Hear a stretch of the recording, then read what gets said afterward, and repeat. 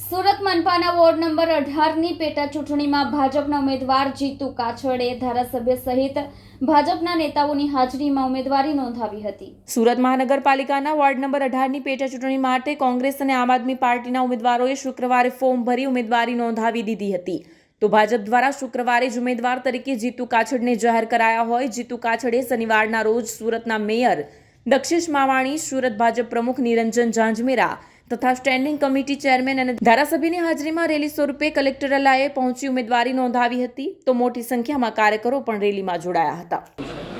આજરોજ ગુજરાત પ્રદેશના અધ્યક્ષ અને જળશક્તિ મંત્રી આદરણીય શ્રી CR પાટીલ સાહેબના આશીર્વાદ લઈને સુરત મહાનગર ભારતીય જનતા પાર્ટીના અધ્યક્ષ નિરંજનભાઈ ઝાંઝમેરા સાહેબ, મહામંત્રી શ્રી કિશોરભાઈ બિંદલ સાહેબ, કાળુભાઈ ઇટાલિયા સાહેબ અને મેયર શ્રી દક્ષેશભાઈ, સ્ટેન્ડિંગ કમિટીના ચેરમેન રાજનભાઈ, ધારાસભ્ય શ્રી પ્રવીણભાઈ ઘોઘારી સાહેબ અને મનુભાઈ પટેલ તેમજ સમગ્ર સુરત શહેરની ભારતીય જનતા પાર્ટીની ટીમ સાથે આજે અત્રે એક વિજય મુહૂર્તની જે ભારતીય જનતા પાર્ટીની પરંપરા રહી છે એ મુજબ અમે અત્યારે હાલમાં ફોર્મ ભર્યું છે।